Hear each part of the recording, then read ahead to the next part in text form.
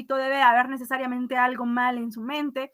Y la verdad es que hasta la fecha, después de muchos años de estudio, no podemos llegar a una respuesta generalizada o a una respuesta única. Siempre es necesario, y como se lo digo mucho a mis alumnos, que entendamos que hablar de algo que tiene que ver, perdón, con los seres humanos, implica que necesariamente debemos hacer un estudio único de esa persona.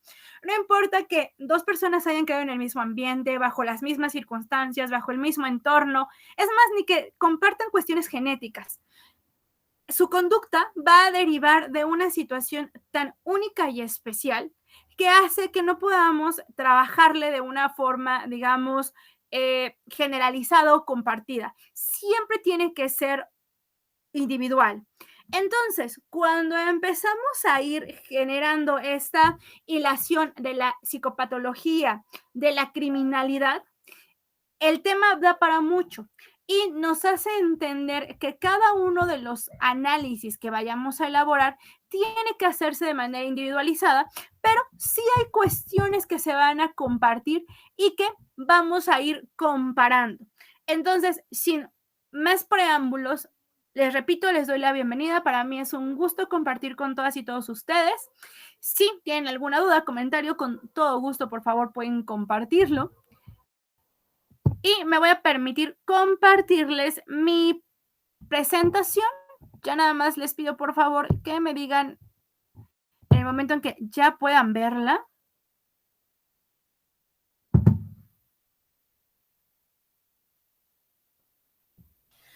Ya se visualiza, maestra, pero no se visualiza totalmente en grande. A ver.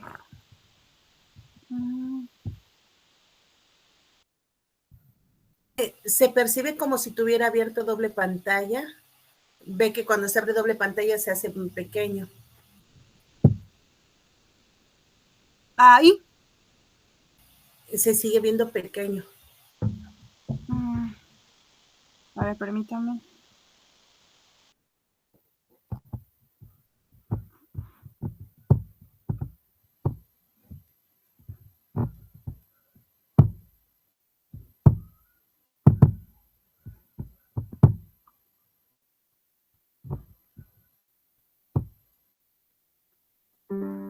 Ahí ya está.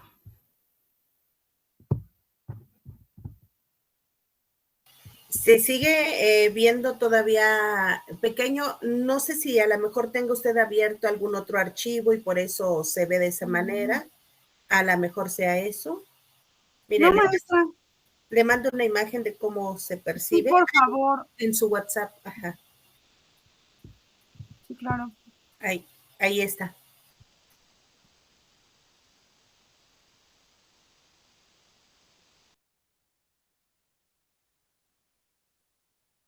Ok, ya vi.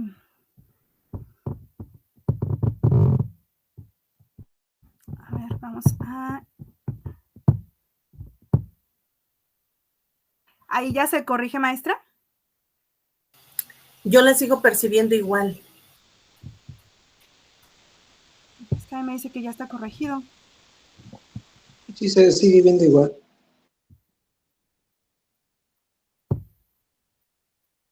Ahí. Se sigue viendo igual, pero sí se percibe. Sí, qué raro. Es que me dice que ya se ve.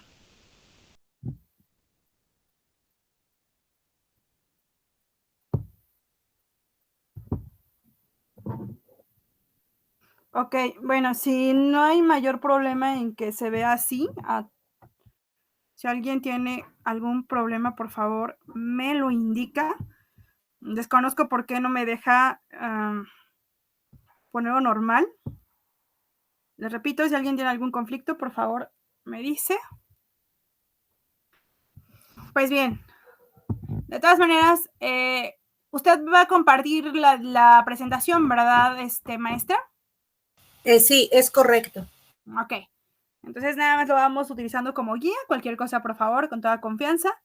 Les repetía, hoy vamos a hablar de este tema que tiene que ver con cuestiones psicológicas algunas veces psiquiátricas, con la parte de la criminología, pero también con la parte del derecho. Es que hay muchísimos aristas en estos temas.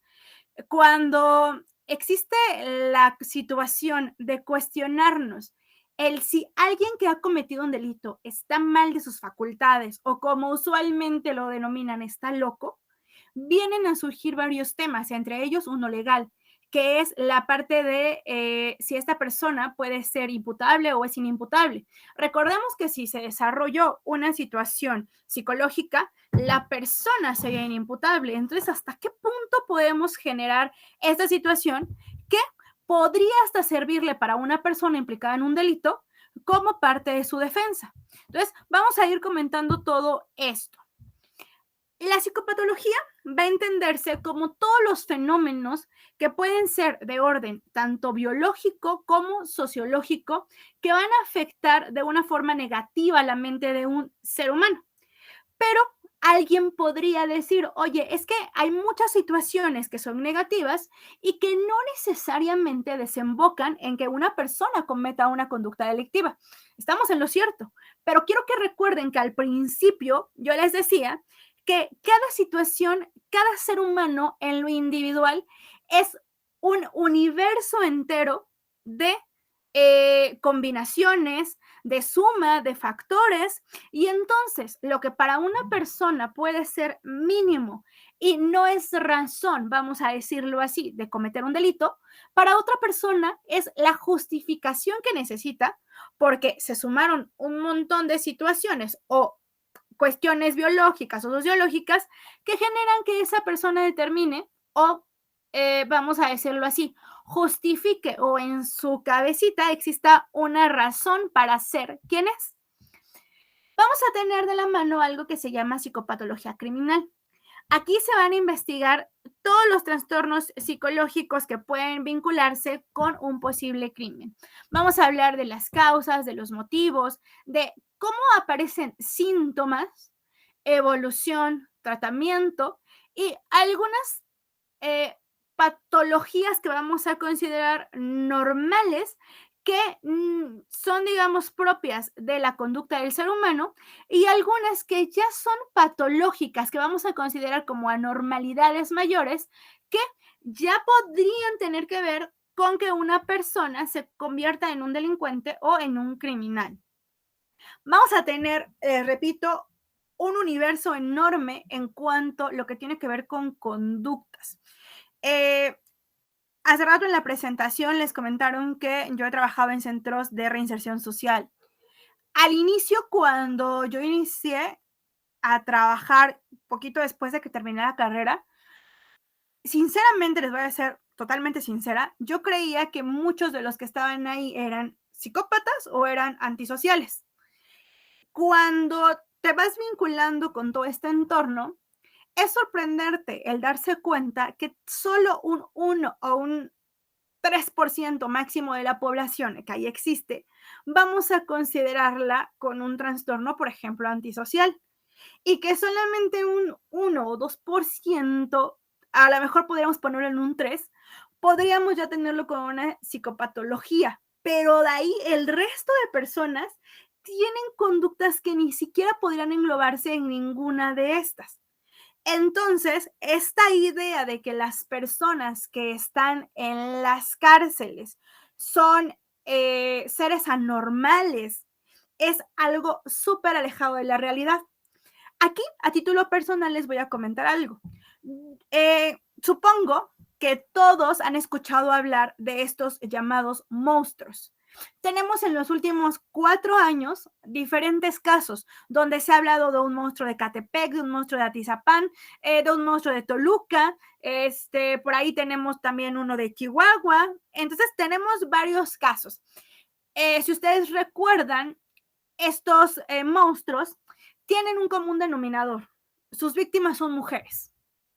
Y hablamos de asesinos seriales, hablamos de atacantes múltiples, hoy en día en la cárcel, desafortunadamente después de que se acumularon varias víctimas, pero los conocemos así, como monstruos. Quiero hacerles una pregunta a título personal. ¿creen que está bien que nosotros denominemos a estas personas con este mote, con esta característica de monstruos?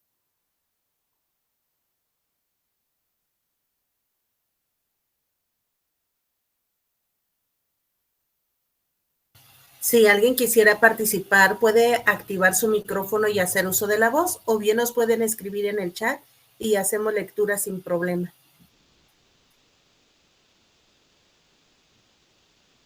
Con toda confianza, de verdad. Aquí no hay respuestas acertadas o equivocadas, aquí todos damos nuestro punto de vista. ¿Creen que está bien que nos dirijamos a estas personas con este mote de monstruos? Agnes, buenas noches, bienvenido. Considero que no, ya que debe haber un trastorno, ok. Para iniciar está perfecto, Agnes. Hay un trastorno, no es como alguien que de la noche o del día surge y que dice voy a matar a personas. Muy bien, Agnes. ¿Alguien más?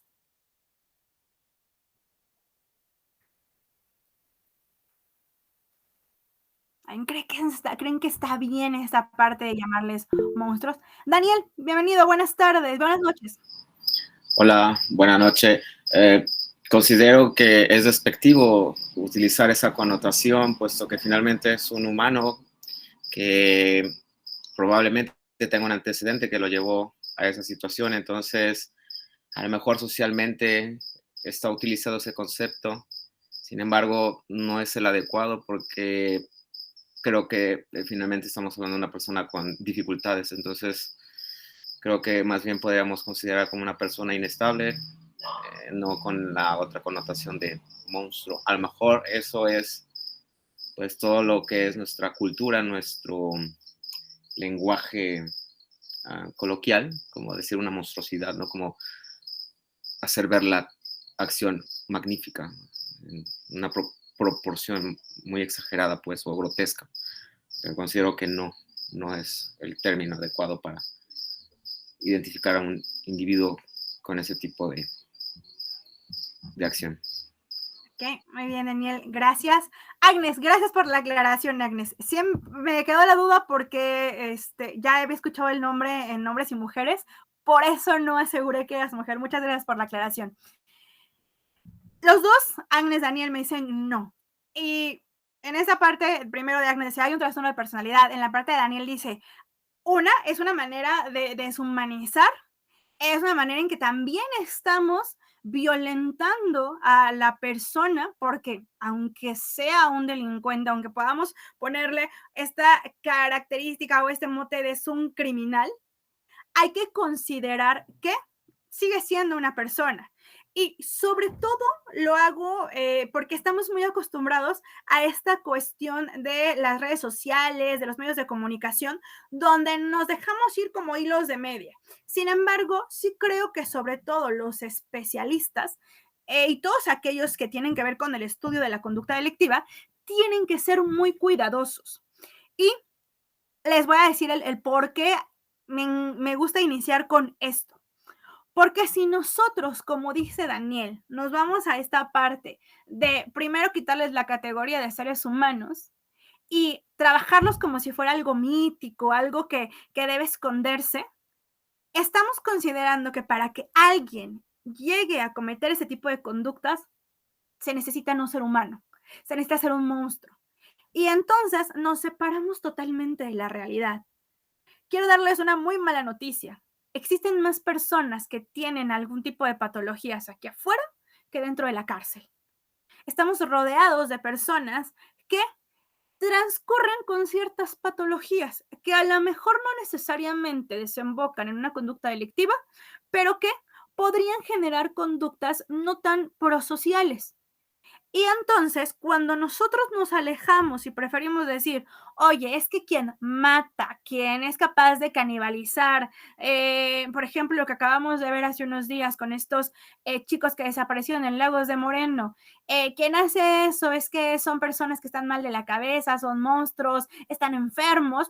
No estamos tan alejados porque sí existe una patología, pero les repito, es más común de lo que creemos y no siempre termina en un delito. Entonces, para eso es importantísimo que nosotros exploremos un poco más allá de la parte de la psicopatología, de cómo se va evolucionando hasta llegar a una conducta delictiva, de cómo aparecen estos pequeños síntomas y por ejemplo, en el área de criminología, nosotros lo vamos llamando como índices, es decir, cómo va apareciendo, cómo se van sumando ciertas conductas que aisladas no representan algo de mayor gravedad. Sin embargo, que al irse sumando con otro tipo de conductas, vamos ya generando como un cóctel que va a dar como resultado el que una persona termine cometiendo alguna conducta y si nosotros no tenemos el control de ello, pues cada vez más grave. En esta parte vamos a considerar el hecho de que vamos a ir analizando como poco a poco. Cuando nosotros usualmente tenemos una conducta, digamos, fuera de lo normal, la vamos a llamar así, anormal. Y entonces empiezan a aparecer alguna dimensión de conductas extras, como la parte del desviado. Hay que regresarnos un poquito en la historia y hay que considerar que han existido conductas que por salirse de la normalidad se han considerado desviadas, entre ellas la homosexualidad, que por mucho tiempo se consideraba que aquella persona que fuera homosexual era eso, una persona desviada. Sin embargo, con el paso del tiempo y en los DSM se fueron modificando hasta que la homosexualidad sale de esta categoría de una enfermedad mental. Tenemos a estas personas que consideramos desadaptadas. Sin embargo, tendríamos que cuestionarnos qué tan adaptados estamos todos y qué necesitamos para que una persona sea desadaptada. En algún momento de nuestra vida, a lo mejor alguno de nosotros fuimos desadaptados. Y no por eso teníamos una psicopatología o una patología. Simplemente salimos de esta cuestión de normalidad. Luego vamos pasando a una cuestión ya más de trastorno que puede ir de la mano con una desorganización de la personalidad. Aquí hay que considerar dos puntos importantísimos. El primero, el que la normalidad y la anormalidad muchas veces son subjetivas, porque este concepto es impuesto por alguien que tiene el poder de asignar estas características. Cuando tenemos que irnos cuestionando día con día qué de lo que tenemos dentro del colectivo social es normal y qué es anormal. Porque hay muchas conductas que hoy en día seguimos clasificando con estas características sin analizar a profundidad qué realmente es normal o por qué consideramos anormal algo. Otro punto que debemos tomar en cuenta es que muchas de las conductas que nosotros creemos raras, desadaptadas o trastornadas son un aviso de lo que puede desembocar en una conducta más grave. Tenemos muchísimos años de historia. El concepto como tal de psicopatología se ha modificado y se ha transformado tanto como la sociedad lo ha hecho. Antes se consideraba que la psicopatología y cualquier otra conducta que saliera de la normalidad tenían un origen demoníaco. Para esto tenemos algunas pseudociencias, que estas pseudociencias se consideran así por no tener una validez científica o por considerar que la manera en que eran explicadas no tiene una forma de comprobación. Entre ellas tenemos la quiromancia, la manita, las rayas de la mano, tenemos la astrología, esto de los signos zodiacales, para muchas personas tiene sentido, para otras no tanto, tenemos a la frenología, pero vamos a hablar de la demonología. La demonología decía básicamente que cuando una persona se comportaba de una manera diferente, tenía que ver con la posesión de un demonio. Que si la persona cometía, por ejemplo, un delito que tenía que ver con el tema sexual, se le había instaurado un demonio de la lujuria, que si la persona había cometido un delito que tenía que ver con algo violento, por ejemplo, un homicidio, se le había metido un demonio de la ira. Y entonces sometían a las personas a tratamientos realmente inhumanos, donde los colgaban de cabeza, los empezaban a golpear o los bañaban con agua. Y decían que esto iba a generar que el demonio saliera. Desafortunadamente, lo que lograban es que la persona muriera con esas condiciones. Y ellos afirmaban que el demonio había sido tan duro o tan fuerte que era quien había provocado la muerte de la persona. Hoy en día, ya con un poco más de luz, sabemos que esto es algo irrisorio. Sin embargo, en ese momento se creía que esto realmente tenía un sentido. Hace no muchos años, no sé cuántos años tengan ustedes, pero yo me acuerdo mucho de un caso de una señora que le sacó los ojos a su hijo, porque supuestamente estaban en un ritual y entonces la imagen, la posesión, a quien escuchaba a esta persona, le dijo que su hijo estaba poseído y entonces tenía que sacarlo del cuerpo de su hijo. Le sacó los ojos con una cuchara. Realmente, cuando hablaban de esta noticia, les repito, tiene ya algunos años, yo era pues muy joven, muchos de ellos explicaban este suceso, pues con estos tintes mitológicos, de decir que estaba poseída, que el demonio.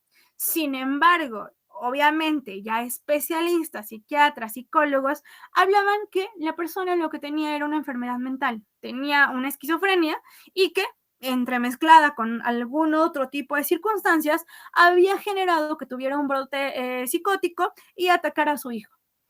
Entonces, vean cómo, pues, evolucionamos o hemos tratado de hacerlo sin que lo hayamos logrado al 100%, sin que hoy en día podamos alejarnos completamente de estas pseudociencias, pero sí con el compromiso enorme de que debemos dejarlas atrás, de que no podemos seguir explicando las conductas delictivas con esta tendencia de que fueron poseídos, que su signo zodiacal fue puesto en un lugar, en una casa solar donde cometió un delito y todo este tipo de circunstancias donde de verdad desacreditamos todos los años de estudio que se han generado con el paso del tiempo. Antiguamente existía una perspectiva tanto médico-psiquiátrica que hablaba desde un punto de vista que hoy en día también consideramos un tanto desconcertante y desorientador, porque realmente no hemos logrado dar con ello, y es, ¿cómo puede ser que una persona que actúa como un loco o como alguien que no es normal, por otro lado puede estar pues portándose normal o portándose cuerdo? Vamos a poner un ejemplo de manera muy rápida. Con estos casos que les acabo de comentar, que fue uno de los más sonados, el monstruo de Atizapán. Encontraron cerca de 4.300 restos en su casa. Eso quiere decir que llevó mucho tiempo matando mujeres. Se dice, dentro de las primeras investigaciones que se dieron a la luz, que estuvo más de 25 años matando mujeres, que aproximadamente unos 30 años estuvo matando a mujeres. Ahora bien, si vamos a dirigirnos a que su conducta pareciera de alguien que no está viendo sus facultades mentales, ¿cómo puede ser alguien del cual sus vecinos decían era alguien encantador, alguien amable, súper cooperador y que siempre parecía buena persona? ¿Por qué creen que dos situaciones tan separadas, la primera nos puede hablar de alguien como lo denominan los medios de comunicación, monstruoso, y por el otro lado alguien tan normal? ¿Por qué creen que esto surge?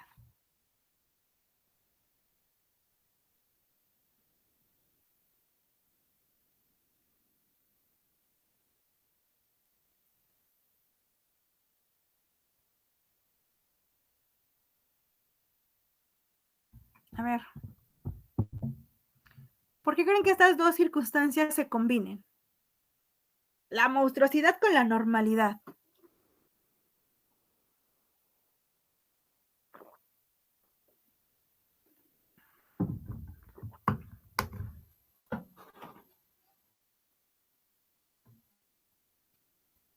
Agnes, Daniel.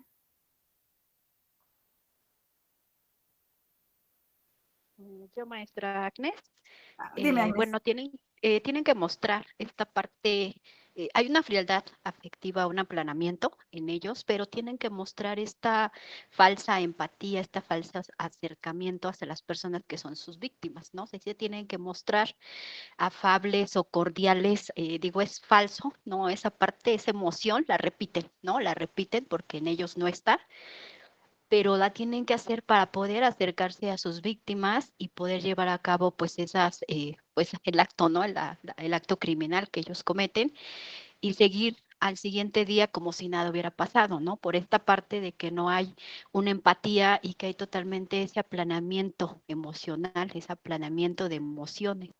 Esa sería mi participación, maestra. Muy bien, Agnes. ¿Y saben por qué hago esta pregunta? Porque resulta que yo les decía hace rato, muchas de las personas que pueden tener algún tipo de conducta o trastorno, que vamos a considerarlo así, antisocial, surgen a partir de conductas que nosotros denominamos normales. Y de hecho, hay muchas conductas que consideramos negativas y podríamos tenerlas en un ítem de la conducta antisocial, sin embargo, que aisladas son positivas. Una persona que va a cometer delitos se va a aprovechar de todo aquello que está a su alcance para pasar desapercibido. Por eso es que un Andrés, alias Monstruo de Atizapán, pudo pasar tantos años desapercibido. Porque imagínense que ustedes tengan un vecino que sea súper hosco, que todo el tiempo esté peleando con los otros vecinos, que de pronto alguien ya le haya rayado el coche, o que de pronto tengamos a personas que ya se metieron en conflicto con sus lugares de trabajo, con sus parejas, con sus familiares.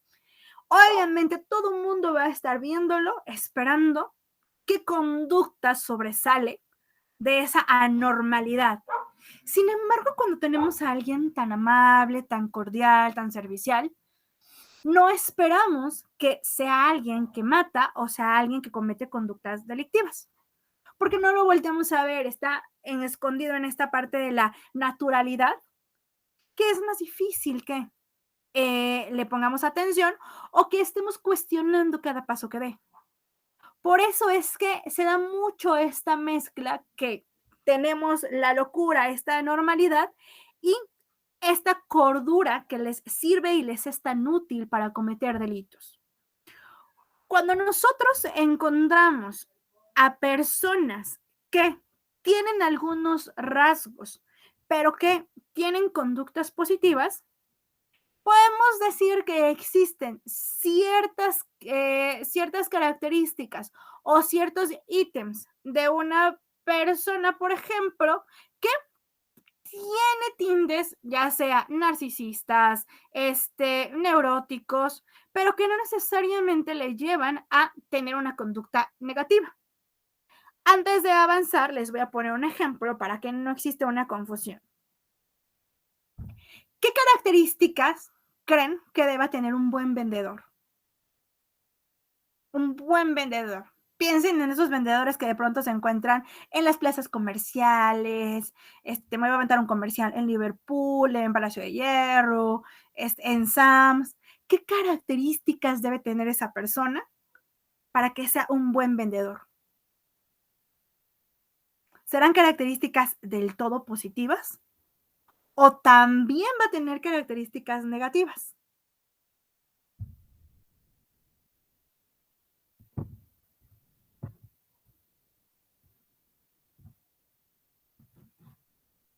Jocelyn, adelante, con toda confianza, de verdad.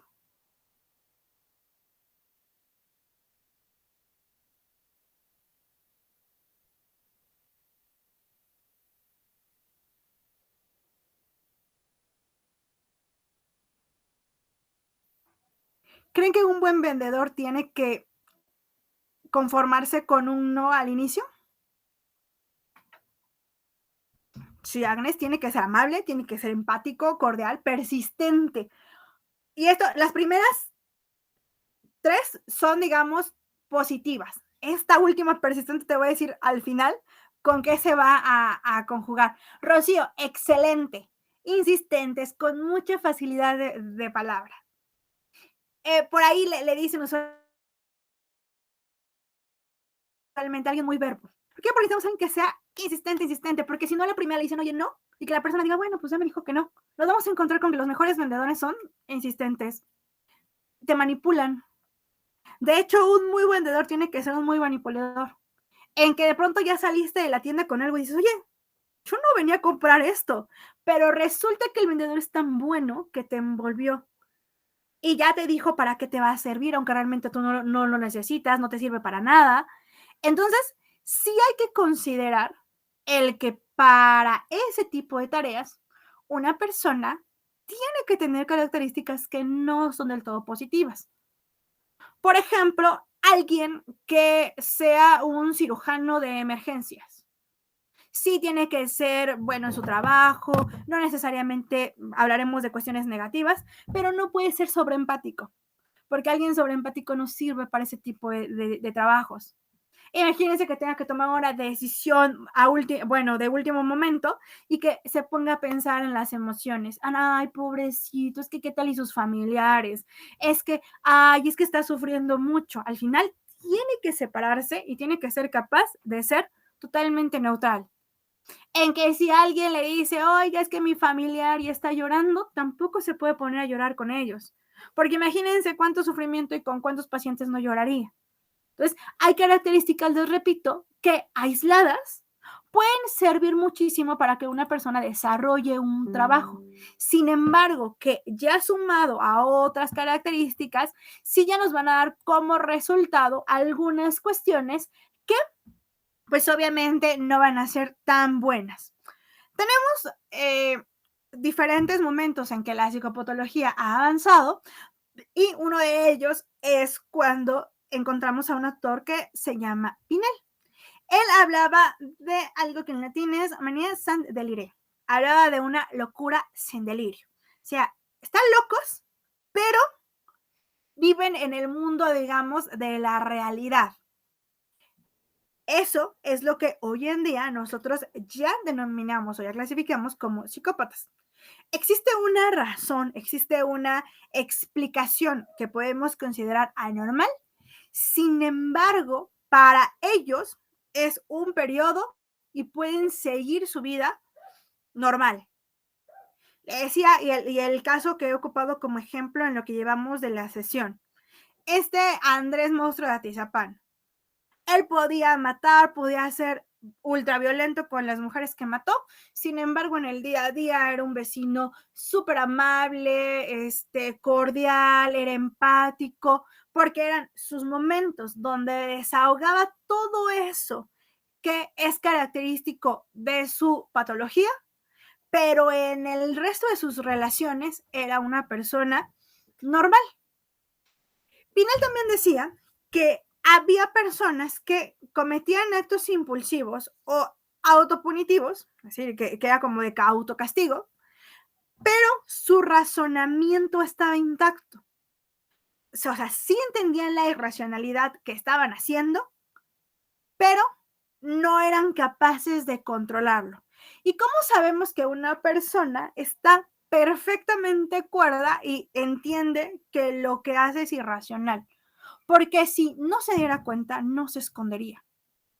Porque cuando todos en algún momento de nuestra vida hemos hecho algo que sabemos que no está bien, generamos medidas para mantenerlo como escondido.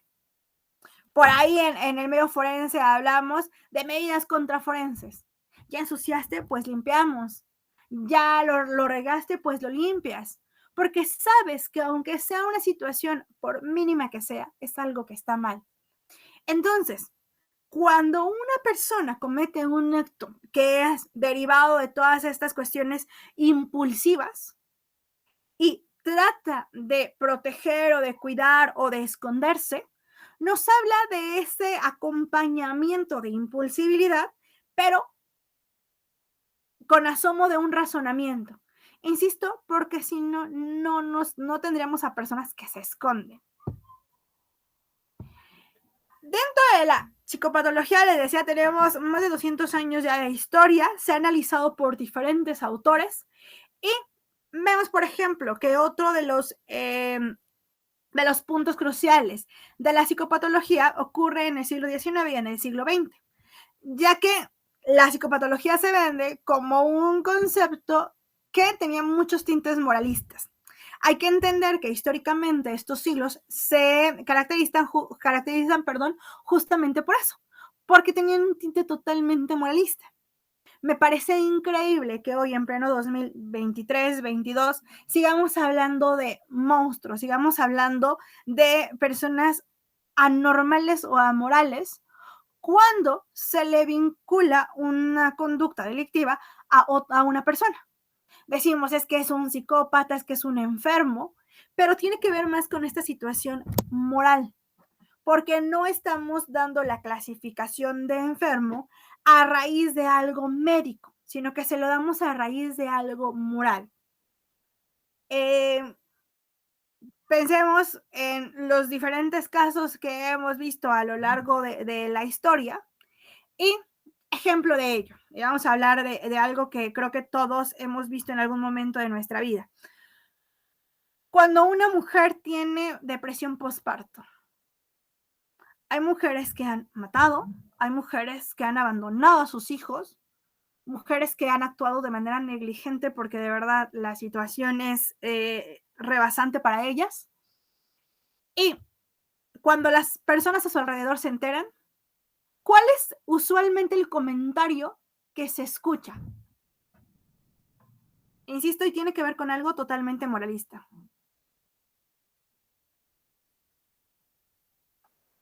¿Qué se dice de una madre que ha matado a su bebé? ¿Qué es qué?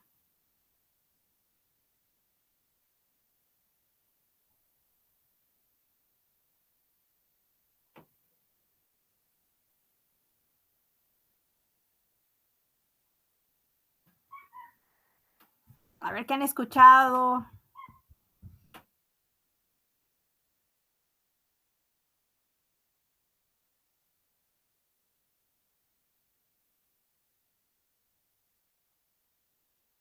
Mala madre, sí.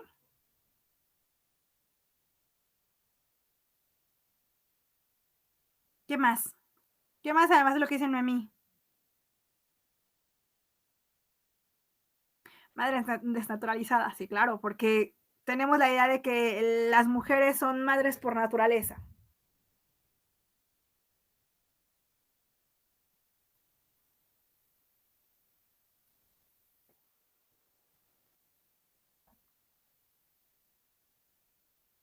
Yo en la cárcel me tocó y me ha tocado ver a muchas mujeres que han matado a sus hijos. Uno de los comentarios que a mí me llamaba más la atención es cuando alguien dice, ni los perros hacen eso. Es que los animales protegen más a sus hijos. Pero regresamos a lo que les acabo de mencionar. Eso tiene que ver totalmente con un tinte moralista. Es desde esta concepción de que las mujeres tienen en su naturaleza ser madres, alguien que no lo hace es una mala madre, es una madre desnaturalizada, no la comparamos ni con los animales porque los animales cuidarían más a sus hijos, pero tiene que ver totalmente con algo moral. No analizamos la cuestión psíquica en que una persona que acaba de pasar por toda una descarga de hormonas tiene como resultado una depresión postparto. Alguien por ahí ya diría, es que eso es nuevo y nunca se ha visto. Siempre se ha visto, nada más que no teníamos tanto alcance a la información como hoy en día lo tenemos. Pero eso no quiere decir que hace 50 años no pasara, hace 30 años no pasara. Ahora tenemos más información al respecto. Y por lo mismo que tenemos tanta información, se permite hacer con mayor medida un juicio sin que tengamos presentes otros conceptos y otros temas que son importantes analizar. Que les repito, nos quedamos solamente en esta cuestión aislada de la moralidad y no vamos más allá. Y como esto, muchísimos ejemplos. Aquí están sumadas tanto la psicopatología subclínica como la psicopatología criminal. Quiero que vean que es una lista. En la parte subclínica está una de las más conocidas, que es de Clickley, y la criminal, que es de Hart. En la subclínica tenemos a 16 ítems. En la criminal tenemos a 20. Espero que, haciendo uso un poquito de memoria, recuerden que hace rato les decía que existen características y aisladas hablan de algo malo, pero ya cuando vamos reuniendo todas, habla de algo pues mucho peor. Vamos a analizar de manera muy rápida. En un psicópata subclínico, alguien que tiene encanto superficial, es decir, es muy encantador a la vista, es inteligente, piensen en alguien, es alguien a quien nunca lo vamos a ver nervioso, es siempre, bajo cualquier circunstancia, normal. Es alguien que no siente remordimiento, que no tiene vergüenza, que tiene insensibilidad en las relaciones interpersonales ordinarias. ¿Cómo podríamos ponerlo como muy fácil? Alguien que engaña a sus parejas y que dice, ay, bueno, pues ya, perdón por el lenguaje, una vieja más, un vato más, no pasa nada. Mañana me encuentro otro. ¿Cuántas veces hemos escuchado esos comentarios? Y de pronto ves al chico o a la chica, a la mujer, al hombre, que de verdad es súper encantador y que sigue teniendo varias parejas. Oye, ¿qué no sientes un poquito de remordimiento porque dejaste sufriendo a tu pareja anterior? No, ellos ya sabían, ellas ya sabían. Entonces, vean cómo encontramos estas características en conductas que no llegan a ser delictivas, pero que sí son negativas. Aquí tenemos, por ejemplo, también la parte de la vida sexual impersonal, frívola, poco estable. Recuerden, no estamos hablando de esto desde un punto de vista moral. Estamos hablando de ello como una cuestión clínica. Aquí obviamente tenemos otro ítem que es muy característico, que insisto, aislado, no nos dice mucho en la cuestión psicopática, una incapacidad para seguir cualquier plan de vida. Aquellos que su vida es ir, digamos, como al día. Que dice, bueno, voy a hacer esto, pero al final yo ves con algo totalmente diferente. No, es que ya lo pensé y no era tan buena idea.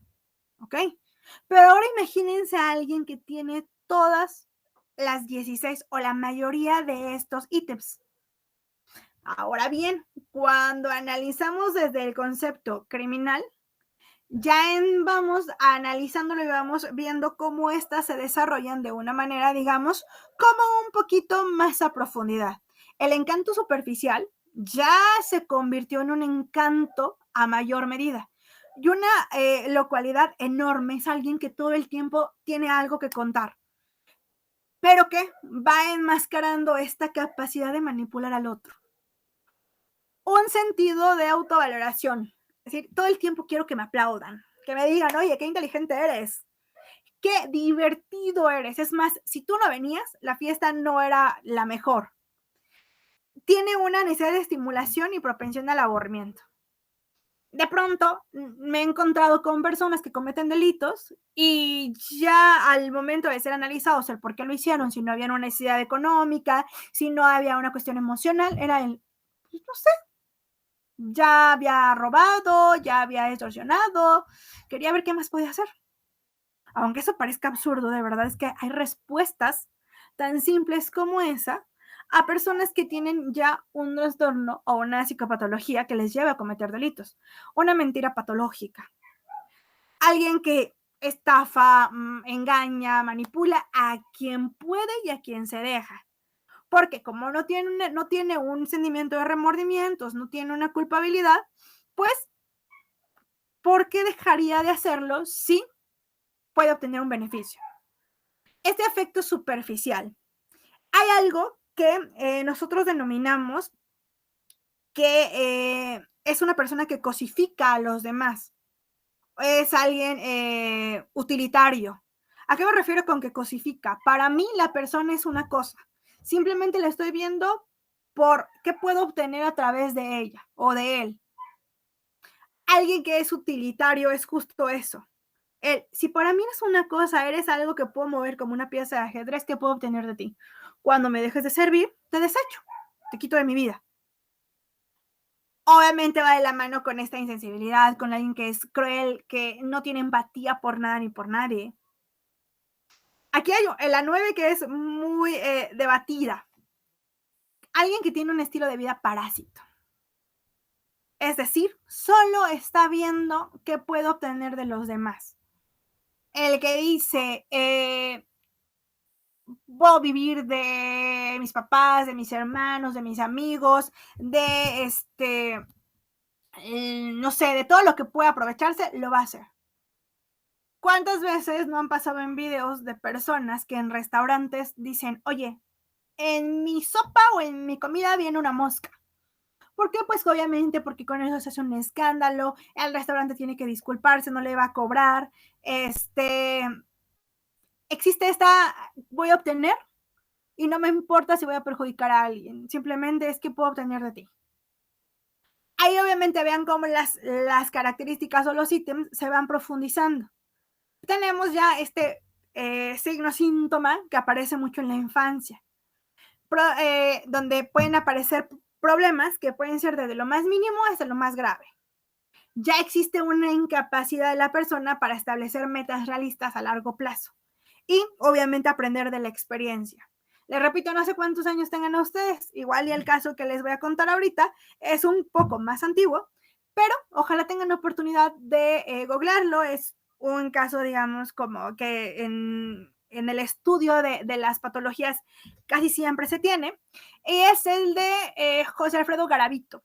Por ahí en YouTube hay un documental, es muy largo, pero está bien interesante, que se llama En las manos de Dios, José Alfredo Garavito.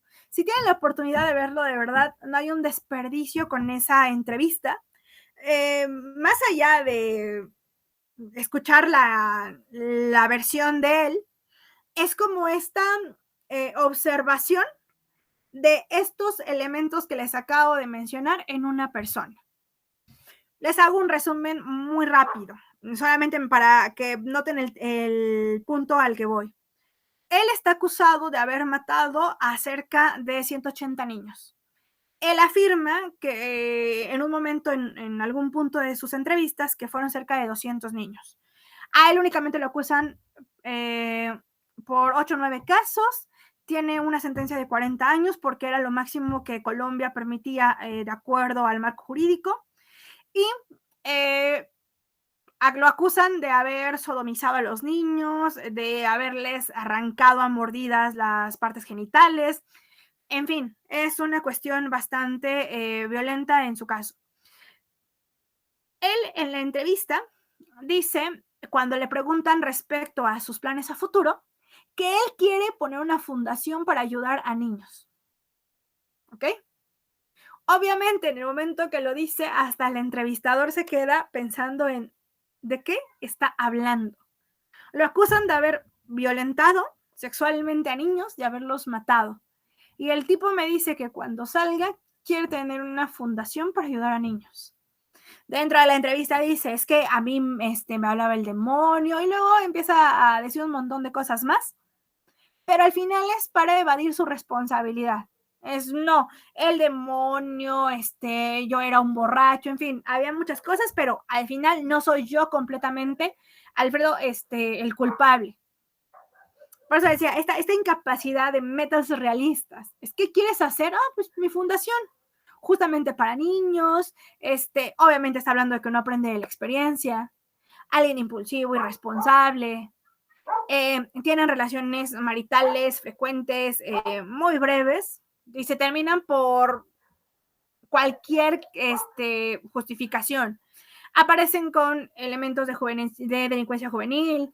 Hay ya casos donde se les ha revocado la libertad porque no pueden adherirse a lo que está impuesto, y personas que tienen para dar y regalar en cuanto a cometer delitos.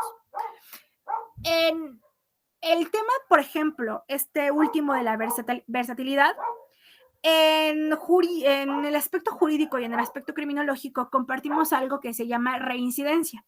Pero la reincidencia a nivel criminológico se analiza en un punto más profundo que la jurídica. Por ejemplo, la reincidencia jurídica solamente es primo incidente, reincidente.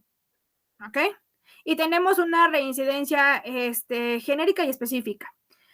Se las voy a desglosar un poquito. La primoincidencia quiere decir, es la primera vez que la persona está ingresando a un centro, a un ministerio público por un delito. La reincidencia va más de una ocasión que la persona ha tenido algún conflicto con la ley. La reincidencia específica ha cometido la misma conducta en más de una ocasión. La reincidencia genérica es el sujeto ha ingresado por robo, por extorsión, por delitos contra la salud, es decir, tiene una variación. Pero les decía, la reincidencia que les acabo de decir es jurídica, pero tenemos a nivel criminológico un estudio un poco más profundo, porque resulta que hay que entender y hay que tener mucha conciencia respecto a que no todas las personas que han cometido delitos han ingresado al sistema jurídico. Muchos de ellos, porque eran menores de edad o porque fueron muy hábiles, simplemente jamás pisaron el Ministerio Público y la cárcel. Nosotros llamamos a eso reincidencia criminológica. Es decir, una persona que ha cometido delitos, pero nunca ha pisado la cárcel. Porque para esto la persona, claro que tiene experiencia delictiva. Claro que el hecho de haber pasado me robaba monederos a los 11 años en el mercado, fue evolucionando hacia roba transporte público, roba casa habitación, secuestro agravado, porque hubo un aprendizaje, hay una curva que hace que la persona vaya mezclando estos ítems de la psicopatología y que vaya aprendiendo. Obviamente ya será alguien más insensible, más falto del tacto, más impulsivo, porque existe esta curva de aprendizaje.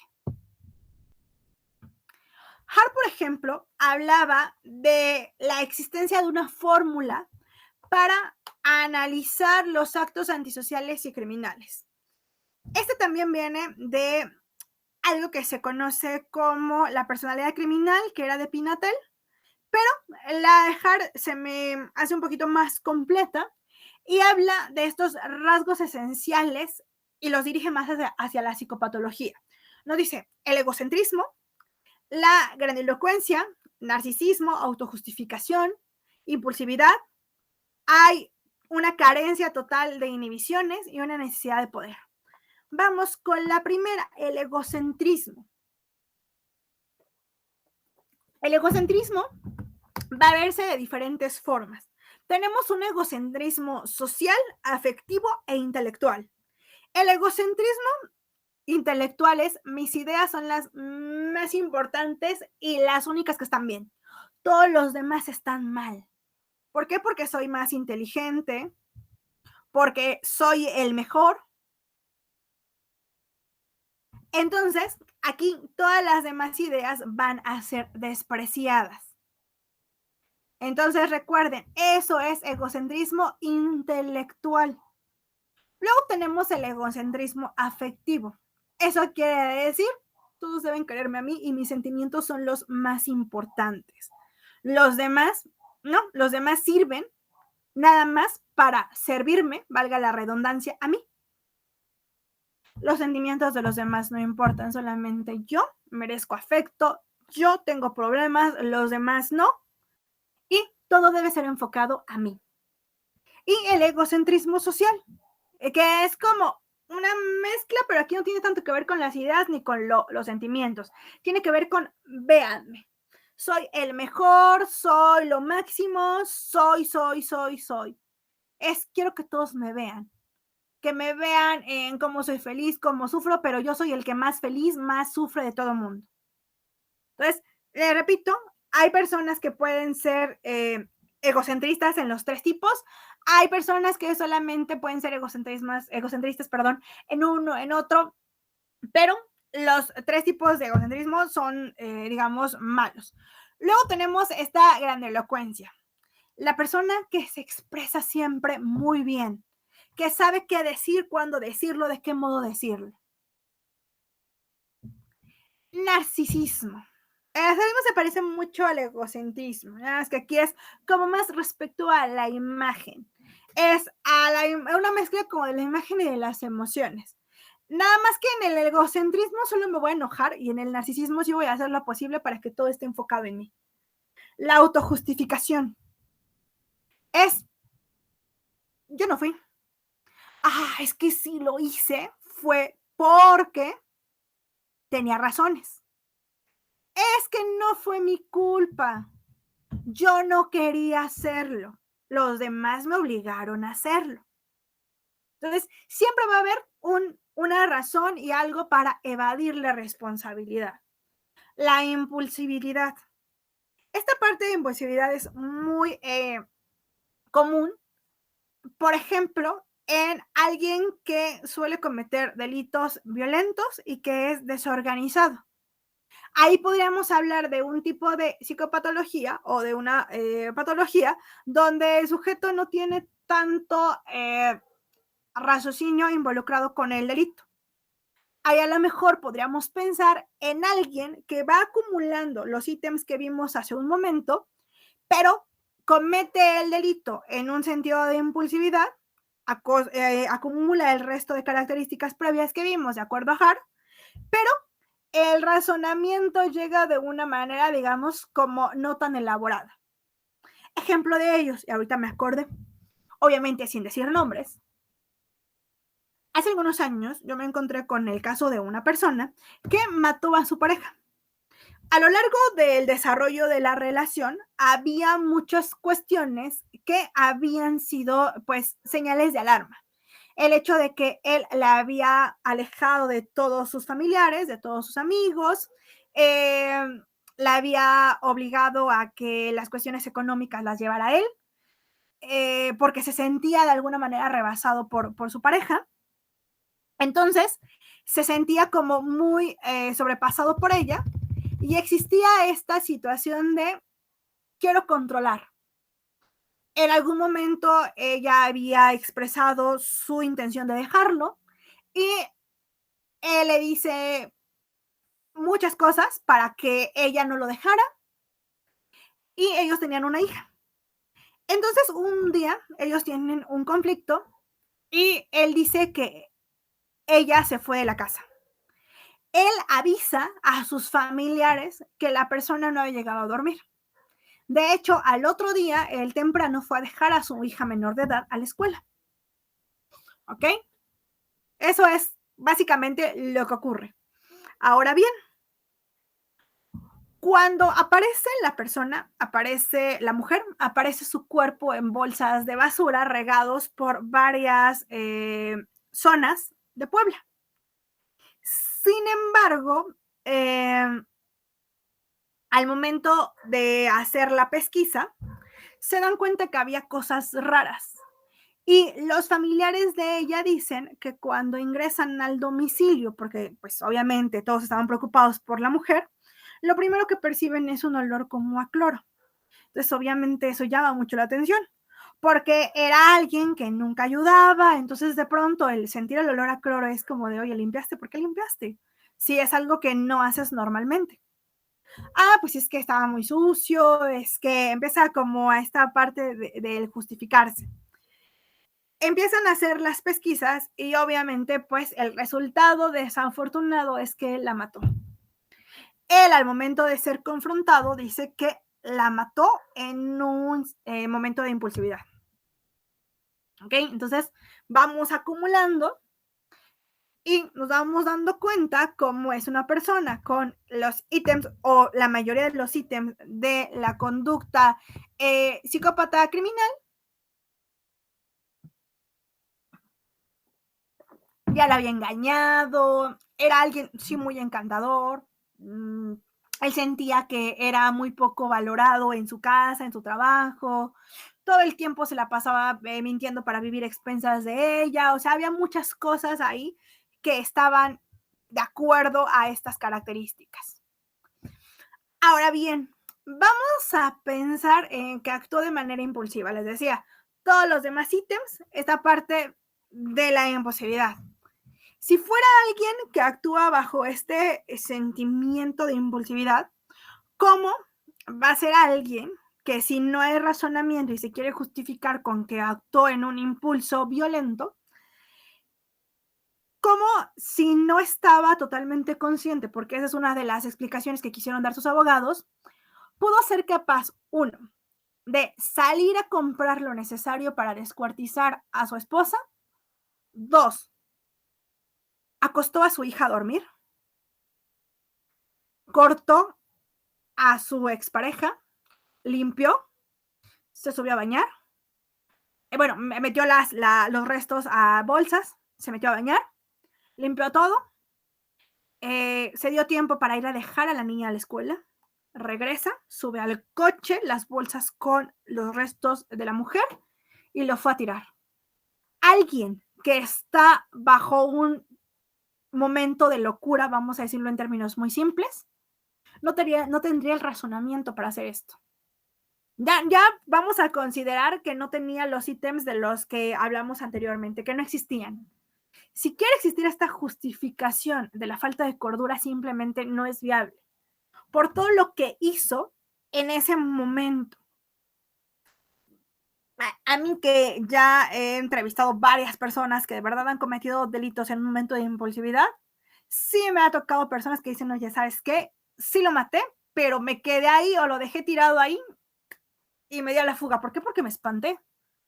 ¿Por qué? Porque yo nunca había lastimado a nadie, solamente en ese momento como que excedí mis límites o me había amenazado. Entonces, pues no supe lo que estaba haciendo y lo maté, lo empujé, se me cayó, pero como me espanté tanto, lo que hice fue dejarlo ahí. Entonces, aquí quiero que vean como esta diferencia de discursos. Lo maté, pero no estaba completamente en mis cinco sentidos y entonces hice esto. Lo maté y ¿sabes qué? Lo dejé ahí porque me espanté. Vean cómo la psicopatología se compone de estas características bueno, pues te puedo echar todo un discurso acerca de lo que hice, yo hasta le hablé a la policía para decirle que mi esposa no había llegado. Ay, es que yo quiero mucho a mi esposa, llevamos mucho tiempo, ¿cómo creen que voy a ser capaz de matarla? O sea, todo este discurso que busca generar un comportamiento como lógico y razonable de lo que debería hacer una persona.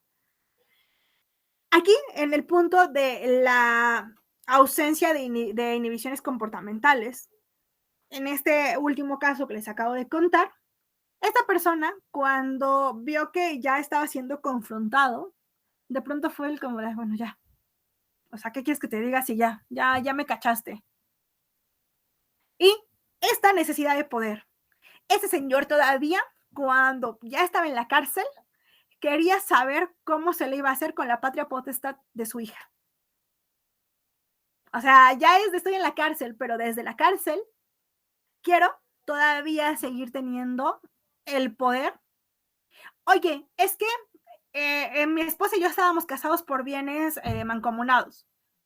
¿Cómo le vamos a hacer? Mi familia se va a quedar con la casa. O sea, imagínense el que hayas matado a una persona en las condiciones que la mataste y tu pensamiento sea las propiedades, mi hija, todo lo que tenemos en común.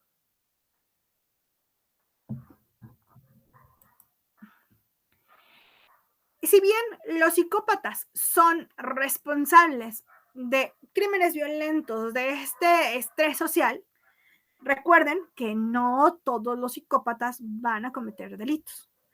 Esta era una idea más antigua, vamos a considerarlo así para todos los que son criminólogos, lombrosiana, de que las personas que son psicópatas seguramente van a terminar siendo criminales en potencia.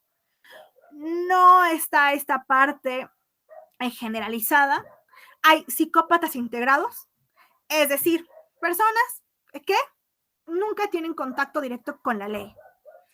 Tampoco jamás cometen crímenes hiperviolentos, no son mediáticos, sino que trabajan con todo esto que nosotros comentábamos hace rato, los hace obtener beneficios de los demás. No sé, piensen en alguien que tiene todas estas características y que no necesariamente se vincula con delitos. Puede parecer algo, vamos a decirlo así, no vamos a decir nombres, un político. Vean cuántos políticos son encantadores superficialmente.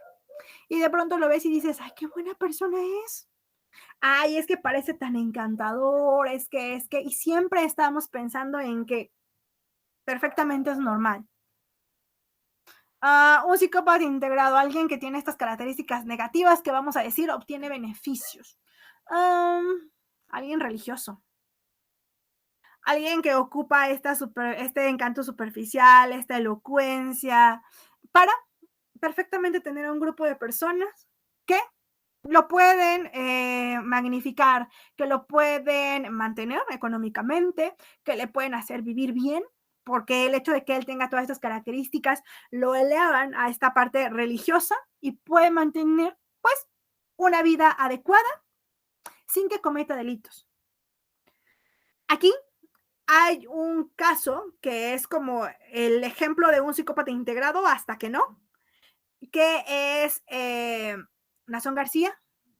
Es alguien que era muy encantador, hizo mucho dinero, tiene mucho encanto, pero al final, hoy en día, después, hace 3, 4 años, está vinculado con delitos sexuales en Estados Unidos. De pronto, cuando volteas la vista, la pregunta obvia es, ¿cómo pasaron tantos años para que esa persona terminara con ese tipo de conductas? Pero aparte, ¿cómo estas conductas hicieron que el hombre se hiciera de mucho dinero, de muchísimo poder? O sea, no tiene una idea de la acumulación de dinero y de poder que se acumulaba en una sola persona. Pero que hasta sus seguidores lo denominaban como el enviado de Dios, a tal grado de decir, oye, si le ponen una multa de $100 millones, juntamos, vendemos lo que tengamos que vender para sacarlo de la cárcel. O sea, el hombre de verdad tiene un encanto increíble. Agnes, los políticos son narcisistas malignos, manipulan a otros para que cometan delitos por ellos. Claro. Acuérdense que el psicópata ya, digamos, completo, tiene una inteligencia y tiene una inteligencia que le hace pensar en qué puedo hacer para no verme tan envuelto en ese tipo de cosas. Pues nada más tengo que jalar los hilos. Al final es alguien que es manipulador, que si puedo jalar los hilos para que las cosas salgan como yo quiero y no involucrarme en una situación delictiva, lo voy a hacer. Se ha demostrado justamente este punto que dice Agnes, en muchos casos. Creo que todos sabemos el país y las circunstancias en las que nos envolvemos, donde tenemos a políticos que han cometido delitos y que desafortunadamente involucran conductas gravísimas, pero que cuando analizas su historia política, resulta que fueron candidatos o que fueron gobernadores o que fueron candidatos a la presidencia, porque eran personas que tenían muchísimo encanto. Existe una relación entre la violencia y la psicopatía de manera indudable. Muchas de las características que nos sirven para inhibir la conducta violenta nos sirven también para evadir la conducta antisocial.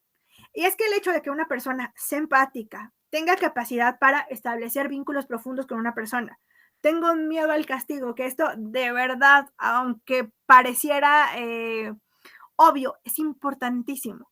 El que alguien pueda tener miedo al castigo es importantísimo. Porque si no, vamos a encontrarnos con que elevamos un montón las sentencias y decimos, es que feminicidio, 50 años, secuestro, 50 años, por ahí los diputados querían poner la tentativa de feminicidio, 40 años. Puede subir a la máxima las sentencias por delitos, sin embargo, no te sirve absolutamente de nada si la persona no tiene este miedo al castigo. Si le dices, oye, vas a ir a la cárcel, sí, ya sé. Oye, es que en la cárcel te van a tratar bien mal, pues Ay, veré cómo le hago. O, oye, es que en la cárcel se vive bien feo. No, pues no siempre. Depende. O sea, es alguien que, aunque tú lo amenaces con la cantidad de años infinitos, no le va a servir. Es una de las razones por las que esta idea de tipificar y de castigar todo no nos ha funcionado, porque tenemos a personas que no tienen miedo al castigo, que no tienen la capacidad de sentir culpa, y entonces, aunque lo amenaces, le quieras pintar la cárcel como lo peor, y le digas, oye, son 50, 60 años, a la persona no le va a importar, porque como carece de estas características, evidentemente es alguien violento, es alguien que tiene una facilidad para cometer conductas antisociales delictivas porque no tiene este freno. Vamos a decirlo así, las personas normales usualmente tenemos frenos morales y sociales. Los frenos morales que vamos teniendo son a raíz de muchas cosas, de nuestra familia, del entorno, de las formas y los entornos sociales, culturales con los que nos vamos rodeando. Entonces, todos esos frenos van cooperando para que nosotros vayamos moldeando y moderando nuestra conducta. Por ejemplo, vamos a decirlo desde lo básico. ¿Por qué un niño, un bebé, tiene esta facilidad para quitarse el pañal y andar desnudo? No le importa. Y de pronto tú tienes a un niño de unos 3 o 4 años que quiere ir al baño en la calle. Hay muchos que le dicen a los hijos, ay, pues sobre todo a los niños, que es más fácil. Ah, pues sácate el pene y ahí yo te escondo tantito. Y el niño ni siquiera tiene pena, es más, se voltea o ni se voltea y hace del baño. Pero resulta que como va creciendo, el niño entiende que eso no está tan bien. Y es más, que hasta existe cierto morbo en que lo haga. Entonces, ya si se esconde o ya dice, no, mamá, yo voy al baño y quiero que me pagues un lugar para ir al baño. O me aguanto. Porque ya vamos desarrollando ciertos límites que van más allá de la moralidad, tiene que ver con algo más social. Héctor, con las características que están relacionadas en la diapositiva, podemos concluir que los políticos, grandes empresarios y líderes religiosos o no pueden ser considerados como psicópatas. No todos, les repito, no como una regla general, pero sí vamos a encontrarnos con que muchos de ellos pueden desarrollar conductas psicópatas y pueden ser psicópatas hasta integrados, ¿eh? Puede haber alguien que es un empresario y que es un psicópata integrado. Por ejemplo, el que te dice, este mes no llegué a mi índice de ganancias. Despídete al 30% de los empleados. Y aunque tú vengas y le digas con los tintes más humanitarios, oye, es que es un montón de personas, se van a quedar sin trabajo, sus familias, el empresario va a decir, oye, ¿sabes qué? Yo tengo que ganar dinero. Para eso son mis empresas, porque si yo me pongo a pensar en sentimientos, en emociones, voy a perder. Entonces, ni modo, córrelos. O sea, es parte como de algo que podemos considerar es malo, pero no es delictivo. Y entonces eso sería un psicópata integrado. Lo mismo pasaría en el caso de los políticos. El que le digamos, oye, es que a lo mejor la otra persona está más preparada, tiene más conocimiento acerca de esto. Deberías dejarlo que llegue al puesto o que llegue a postularse porque es el mejor candidato. ¿No? Al final es como no me importa. Yo quiero porque me conviene para currículum, económicamente, políticamente, en cuestiones de poder. Entonces, no me importa que yo sepa que la otra persona está más preparada, pero ahí voy. Entonces, insisto, no lo podemos como una generalidad y no podemos decir que del todo es negativa, porque existen estos psicópatas integrados o personas que sin llegar a ser psicópatas tienen ciertas características que sirven para ese tipo de lugares o de puestos. ¿Sí respondo a tu pregunta, Héctor?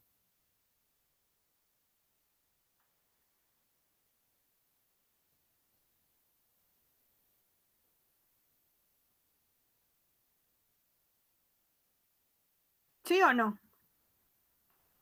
Me gusta avanzar hasta que ya quedó claro.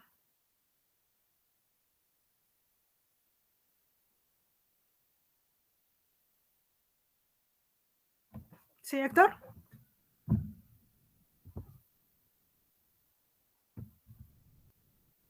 Sí. Creo que lo que acaba de poner Héctor en el chat es bien importante y creo que vale mucho la pena el analizar esto. De unos psicópatas nos alejamos y a otros nos acercamos. ¿Por qué? Por circunstancias a veces de la vida. En mi caso, que muchos años de mi vida he trabajado con personas que están en la cárcel, a veces me sorprende más cómo encuentro características de psicópatas en personas que son mis compañeros de trabajo o que pueden estar cerca de mí. Entonces, y hay ocasiones en que pues no nos queda de otra. Agnes, depende de qué, Agnes. Bueno, maestra, depende de que hay, en toda relación humana hay un interés, hay un beneficio. Entonces, es lo que comentaba de que si hay políticos que sí, dice, nos acercamos a unos y nos alejamos de otros, depende de la situación, ¿no? Ahorita podría decir que mucho es la cuestión de la necesidad económica, ¿no? La gente lo ve con toda esta parte de lo que estoy necesitando, entonces me voy con uno, ¿no? Y si el otro no me está ofreciendo, pues no, con ese no me acerco. Igual a lo mejor en una cuestión, relación, social, pues depende de lo que se esté buscando la necesidad de la persona, ¿no? Siempre hay un vínculo, hay un beneficio y sí, hay una utilidad, ¿no? En esa relación. Sí, yo creo que aquí es como esta situación de a lo mejor, ¿cómo podríamos llamarlo? Necesidad o el justificar el vínculo con. Hay ocasiones en que no tenemos de otra, les repito, a mí me ha pasado en ocasiones con compañeros de trabajo en que digo, ay, pues aunque me gustaría alejarme, no me conviene porque por el momento, por cuestiones de currículum, de trabajo, me conviene. Y supongo que a muchos les ha llegado a pasar en su vida, que a lo mejor no tienen como esa clasificación de es un psicópata, pero dices, híjole, es que esto no me gusta. Pero resulta que esta persona, por cómo es, puede acercarme un poquito más a mis intereses. Y entonces, pues, aquí me quedo. Insisto, los psicópatas integrados los vamos a encontrar muchísimas ocasiones, pero son más comunes de lo que nosotros nos podemos imaginar. Como les decía hace rato, la psicopatología criminal ya se vincula más con las conductas criminales, ya que la psicopatología analiza esas conductas anormales, ya la psicopatología criminal analiza estas conductas anormales, esos trastornos psicológicos que llevan a la comisión de conductas criminales o delitos graves. Le hablaba, por ejemplo, hace rato de estos mal llamados monstruos, del hecho, por ejemplo, de pensar en alguien que puede canibalizar a otra persona o alguien que no siente empatía, que carece totalmente de ello. Y aquí tengo una pregunta para todos y todas ustedes. ¿El criminal nace o se hace? ¿Ustedes qué creen?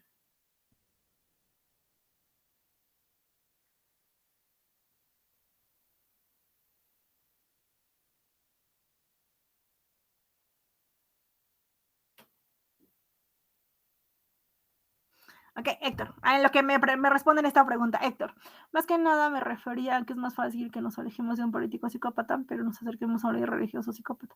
Sí. Y tiene que ver con lo que dice Héctor y tiene que ver también con lo que decía Agnes. Hay ocasiones donde hasta por cuestiones de trabajo no puedes hacerte como para otro lado, pero sí, entiendo este punto. En ocasiones, como a personas que tienen esta característica, por ejemplo, un político, es más fácil que te vayas lejos, pero que alguien que su encanto su encanto y esta elocuencia vaya hacia algo que vaya más hacia las emociones, a lo religioso, pues puede tener más facilidad de tener víctimas. De ahí, por ejemplo, se ha visto en diferentes religiones, desafortunadamente más en la católica, en que han existido muchísimos sacerdotes que se han aprovechado de sus alcances religiosos y de los discursos religiosos para tener a su alcance a diferentes niños para violentarlos sexualmente. Porque obviamente el hecho de pasar por este discurso de soy alguien que está cerca de Dios, jamás le haría daño a nadie, y toda esta parte religiosa les sirve mucho como punta de lanza para que los demás no desconfíen, y al contrario, al decir, oye, es que el sacerdote es muy cercano a nosotros y entonces de pronto eso nos puede, pues, dar cierto placer, digamos, como al alma, a mis necesidades religiosas, pues puede servir muchísimo. Agnes, el criminal se va formando, ¿ok? Los demás, Héctor, Daniel, ¿qué opinan? Rocío, lo hace su entorno. Daniel, adelante. Sí, también estoy en ese acuerdo de coincidir que el entorno determina mucho el comportamiento y después la conducta de una persona. A veces me ha tocado leer algunos textos de neuropsicología en donde hablan que puede haber predisposiciones, pero no precisamente a una dinámica tal cual de ser una persona ya psicópata, sino más bien que tiene una tendencia genética a partir del temperamento para ser violento, a partir de la carga genética de mamá y papá. Pero sí considero que el entorno es el que determina que una persona puede estar así. Finalmente vivimos desde la época contemporánea que llamamos actual, pues mucho tiempo de terrorismo, o sea, está en todas partes. Venimos de guerras, venimos de situaciones actualmente, ¿no? De narco, contaminación visual, auditiva, alimentación, entonces creo que eso determina mucho, ¿no? El proceso de una persona que se traumatice. Así. Sí, excelente opinión, Daniel. Y aparte voy a dirigir un comentario hacia lo que acabas de comentar. Esta parte de cómo nos hemos formado a través de hechos violentos hacen que mucha de la naturaleza de los seres humanos se vaya conformando a través de estos hechos violentos y que hayamos normalizado la violencia de una manera increíble, que hoy en día, y a mí me espantaba mucho, todavía me espantan los hechos violentos, en estos últimos días que tenemos lo de los chicos de Lagos de Moreno, ¿cómo es posible que los videos estén circulando por las redes sociales y las personas los comparten, pero no desde esta parte, digamos, empática? Es como el morbo. Solo es porque los likes, porque, ay, qué chido que mi página o que mi, portada de Instagram, de Facebook tengan videos así. O sea, porque de verdad viene desde el morbo. Cuando no debería ser así, pero desafortunadamente lo que comenta Daniel es bien cierto. Como nos hemos conformado y nos hemos ido rodeando de hechos violentos de una manera como tan común, pues esta normalización es cada vez más frecuente. Héctor, yo siempre he pensado que el psicópata nace con el chip cortocircuito y no tiene remedio, por lo cual existe la pena de muerte. Ay, yo discrepo un poquito, Héctor. Sí, creo, bueno, discrepo de la última parte. Los psicópatas, sí, algunos vienen con este cortocircuito, como lo dice Héctor, ya en naturaleza, se va agudizando con algunas experiencias, pero yo no creo en la pena de muerte. En ningún caso creo en la pena de muerte, y es algo que he tenido como que confrontarlo en muchos años de mi vida, pero no creo que la pena de muerte sea la solución de. Yo creo que mucho de lo que se puede hacer tiene que ver con algo meramente preventivo, pero desafortunadamente venimos de una formación y de una dirección de castigo y de no solucionar los problemas de fondo. En donde queremos, como diría el dicho popular, tapar un hoyo destapando otro.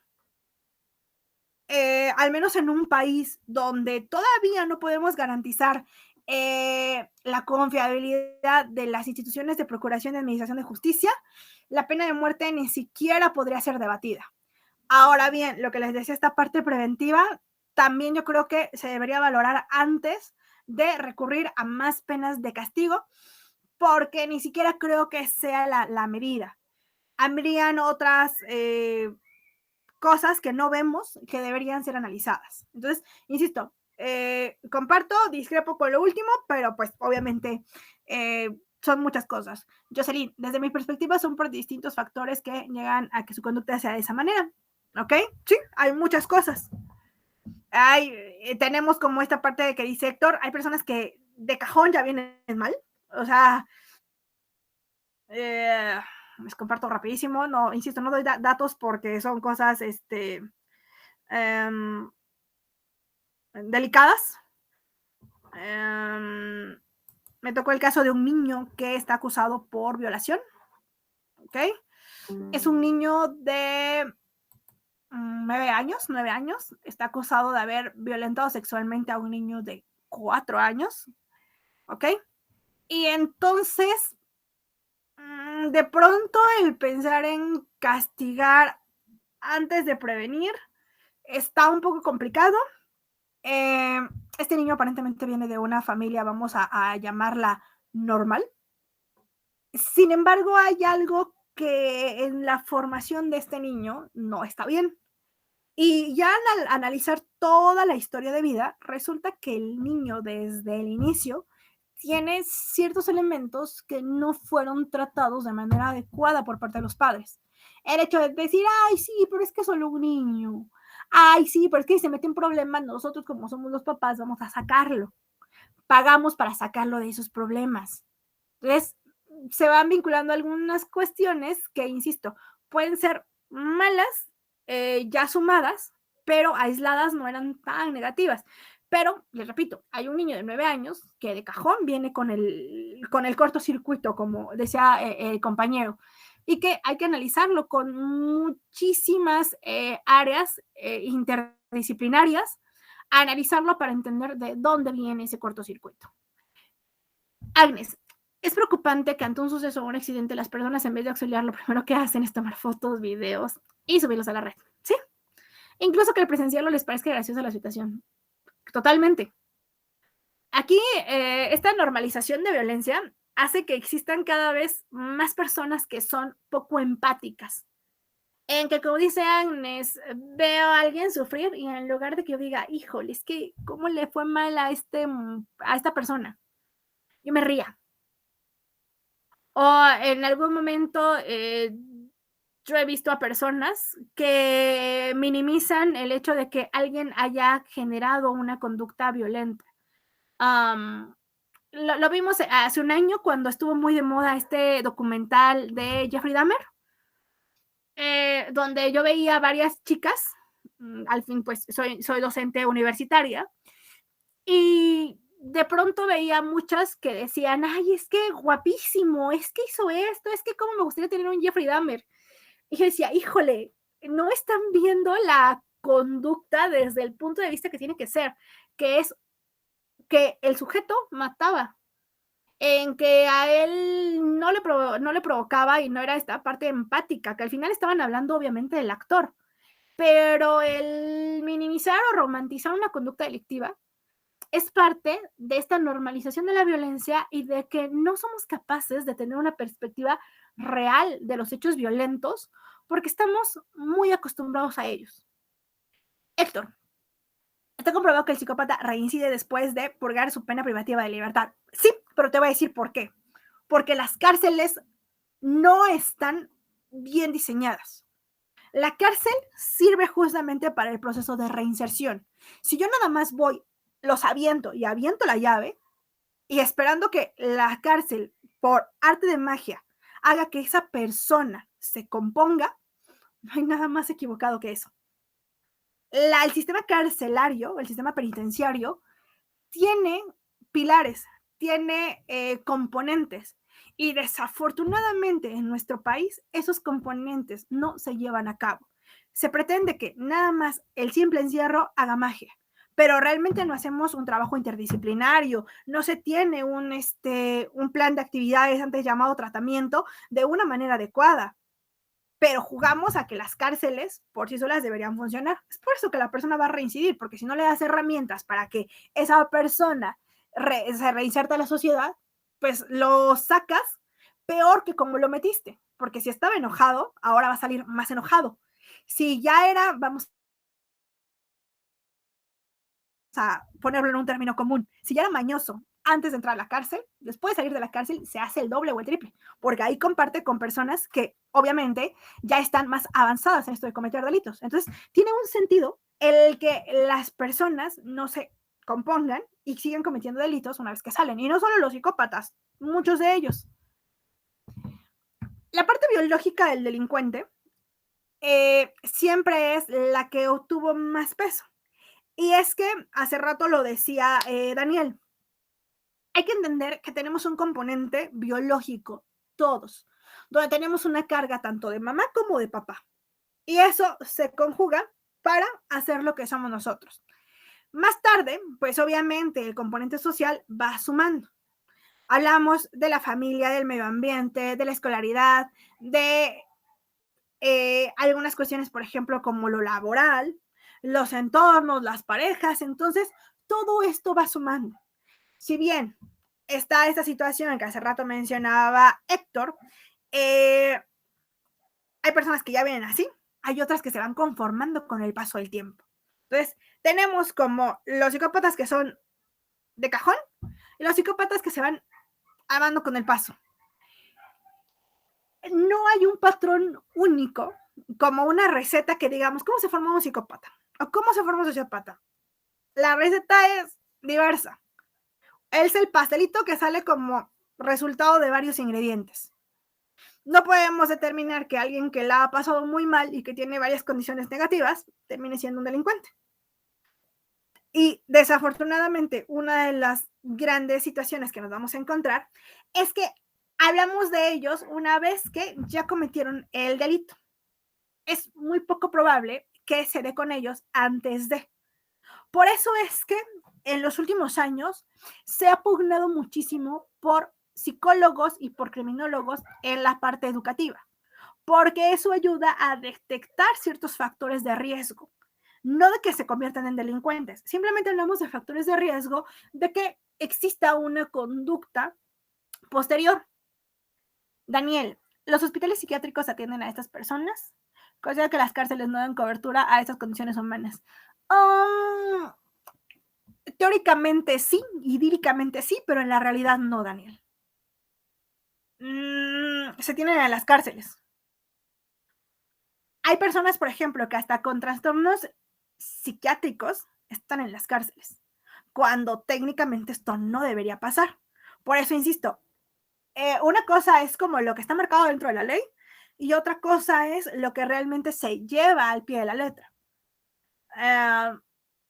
A mí me tocó hasta que me aventaran excremento humano por pasar por el pabellón de psiquiátricos en una cárcel, por ejemplo, cuando obviamente esas personas deberían estar en una institución psiquiátrica, pero no, estaban dentro de una cárcel.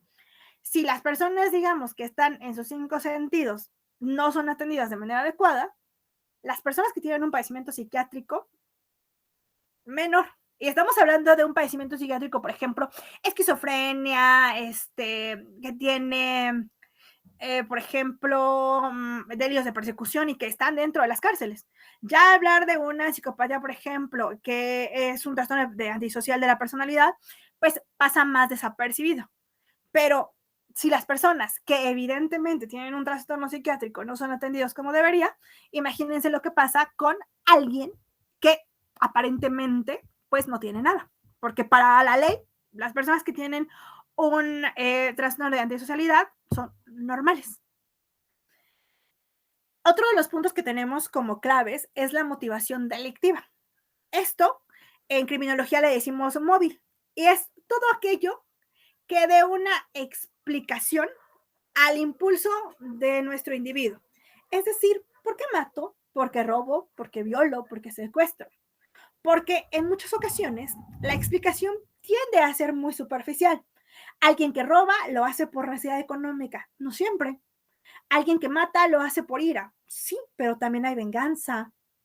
También hay alguna cuestión, por ejemplo, de placer. Entonces, pensamos, por ejemplo, en la violación.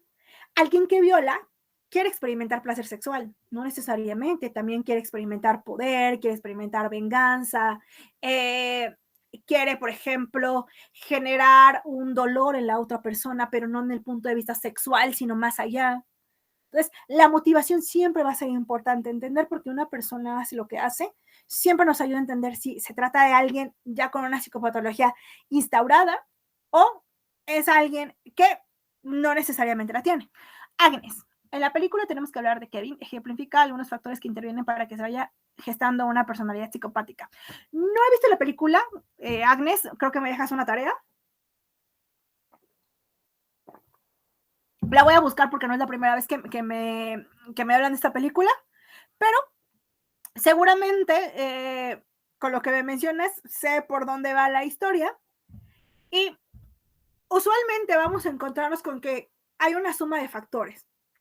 Y les repito, que no pueden ser como si fuera una receta de cocina, porque si no, no habría manera de explicar por qué alguien que viene de una familia donde se han cometido delitos y donde hay un montón de factores negativos, no es alguien que comete delitos. Sé, alguien que sus familiares, por ejemplo, uno está en la cárcel, la mamá se drogaba, y creció en un ambiente de violencia familiar, de donde a lo mejor sufrió algún tipo de abuso sexual, donde no tuvo recursos económicos para la parte educativa, y es una persona que totalmente vive apegada a la ley. No habría una razón para ello. Entonces, insisto, cada caso debe ser tratado en lo individual, porque no podríamos hablar de que en todos los casos son iguales. Vamos a tener diferentes causas que van a determinar una conducta, tanto acciones como omisiones. No va a ser tan fácil como se escucha esta parte de comprender las causas, porque para alguien puede ser una causa o una razón obvia. Para otra persona puede ser algo mínimo que es como la punta del iceberg para que se desarrollen conductas delictivas. Alguien que dice, oye, es que yo maté a una persona porque me dijo que no quería casarse conmigo, que me iba a dejar, entonces por eso la maté. Y cuando analizas todo lo demás, dices, oye, ¿por qué si tu vida parecía tan perfecta, resulta que a ti por un simple no, decidiste meterte en tantos problemas, acabar con la vida de alguien? Entonces, ahí entonces vemos que la causa es, y a lo mejor como un tanto irreal para los que vemos desde afuera el problema, pero para quien comete la conducta es algo totalmente válido. Insisto, pueden existir tanto acciones como omisiones que van a desarrollar esta personalidad. En la parte de la motivación existe una definición que es como muy teórica, que dice que es como todo aquello que es un proceso multideterminado que va a energizar y va a dirigir el comportamiento hacia un objetivo. Es decir, ¿qué hace la persona y cuál es la razón por qué hace lo que hace? Lo que les acabo de explicar hace un momento. Lo hace por odio, lo hace por venganza, por placer, por emoción, porque alguien llega a hacer lo que hace. La motivación, vamos a entenderla desde 3 puntos de vista básicos. La parte biológica. La biológica que nos habla de las emociones, lo que les acabo de decir. La conductual. La motivación es un proceso fundamentalmente aprendido. Es decir, ¿a mí qué me motiva? Y lo vemos en el caso de los sicarios y de las buchonas. ¿Cuál es mi motivación? Mi motivación es que yo vi al vecino que no estudió, que nada más terminó tercero de primaria y anda trayendo un super camionetón. Mi motivación para ser buchona es que acabo de ver a mi prima, la vecina fulanita, que anda súper bien operada, se la llevaron de viaje, pero se metió con un narco y entonces yo quiero exactamente eso, porque es el entorno que veo, que aprendo. Y la parte sociocognitiva, que tiene un fundamento con las dos anteriores, que es cómo mi pensamiento se convierte en una emoción. Es como yo creo que a través de involucrarme con un narco me va a ir muy bien en la vida. Y entonces eso me va a hacer sentir bien. Porque la motivación podría ser en otro sentido. Pero como asociamos el pensamiento con una emoción negativa, ¡pum!, se conjunta y eso da como resultado una decisión. Porque yo podría tener como motivación el que a la otra persona le está yendo bien, pero como yo entiendo que lo que está haciendo no es tan bueno, yo determino que no es la forma en que quiero obtener las cosas. Y entonces mi razonamiento sería diferente. Sería el, oye, yo quiero estudiar, salir adelante, echarle muchas ganas para, a lo mejor no voy a tener el super camionetón, pero voy a tener una vida, digamos, honesta, tranquila, y no me voy a involucrar en ningún tipo de problemas. Pero como se asocia esta parte sociocognitiva, es decir, este pensamiento y esta emoción, da como resultado una situación delictiva. ¿Qué va a influir? Es parte de lo que ustedes hace un momento acertadamente aportaban. La familia, la infancia, la escolaridad. En la familia, al ser el entorno en el que crecemos, es nuestro primer contacto social. Es el primer lugar donde nosotros aprendemos a convivir con los demás. Aquí vemos cómo se vinculan la relación con las figuras de autoridad y cómo percibimos algunas situaciones afectivas. Ejemplo de ello lo tuvimos hace unos meses con los papás estos del niño del kinder, no me acuerdo, Cuautitlán, creo que sí era Cuautitlán, no me acuerdo muy bien del lugar, pero que supongo que todos vimos porque se hizo súper popular en los medios de comunicación. Los papás llegan a la escuela, agreden a la maestra, el papá le apunta con un arma de fuego, el niño se ríe mientras los papás le obligan a la maestra a pedirle disculpas al niño, y eso es como, el resto es historia. ¿Cómo ese niño aprendió el contacto social? A través de medios violentos. Imagínense que ese niño se burla porque ve a su mamá pegarle a otra mujer. El niño se espanta porque vio una pistola. El niño se divierte con esa situación. ¿Cómo yo veo mis figuras de autoridad? Mis figuras de autoridad, ¿las respeto? O para mí las figuras de autoridad es, puedo ser indolente con los demás. Porque al final la figura de autoridad tiene que verse como algo a respetar sin que me cause miedo. Y tiene que verse como alguien a quien realmente puedo tenerle respeto. Y la parte afectiva, cómo yo persona percibo y defino el amor. Porque para muchos el amor lo dicen, ay no, es que eso no es importante, es que ¿por qué te voy a estar abrazando? Si te doy de comer y ya con eso deberías conformarte. No, de verdad la manera en que nosotros aprendemos el afecto es importante. La manera en que nosotros le enseñamos a un niño el afecto es importantísimo. Palabras como el te amo, te quiero, ven, te apoyo, te abrazo, eso es importantísimo. Hay diferentes frases que nos hablan acerca de lo importante que es la educación en los niños, en que dicen que es más fácil educar a un niño que componer a un adulto. Porque de verdad, al niño como está en formación, como si fuera de plastilina, lo puedes ir moldeando. De una persona adulta que viene con un montón de problemas ya sumados, es muy complicado, no voy a decir que imposible, pero es más complicado. Estas primeras etapas donde nosotros vamos a conformar a nuestra persona es donde va a ir adquiriendo experiencia y donde va a fortalecerse. Todo ello obviamente se refuerza con el hogar. En estos dos entornos se van a ir acumulando los aprendizajes. Vamos a ver si se influye de manera positiva o negativa en la vida de una persona. Se dice que los pilares de la personalidad humana se conforman de los 0 a los 6 o de los 0 a los 8 años. Es decir, todo lo que una persona tenga en su vida de los 0 a los 6, de los 0 a los 8, va a conformar los pilares del resto de su personalidad. Por eso es que la infancia es una de las etapas más importantes en la vida de un ser humano. Agnes, actualmente la influencia de la narcocultura difundida por todos los medios de comunicación, ser narcobuchón es una inspiración de los jóvenes, y no solo de los jóvenes, también de los niños. Porque lo tenemos en las series, en la música. hasta en la ropa. A mí me impresionó mucho darme cuenta que este hombre, el Chapo Guzmán, tiene una línea de ropa. La línea de ropa es totalmente como característica de él, donde obviamente ves esas camisas o esas playeras y dices, son de narco, porque es algo que él popularizó. Las gorritas, todo eso se volvió una marca comercial.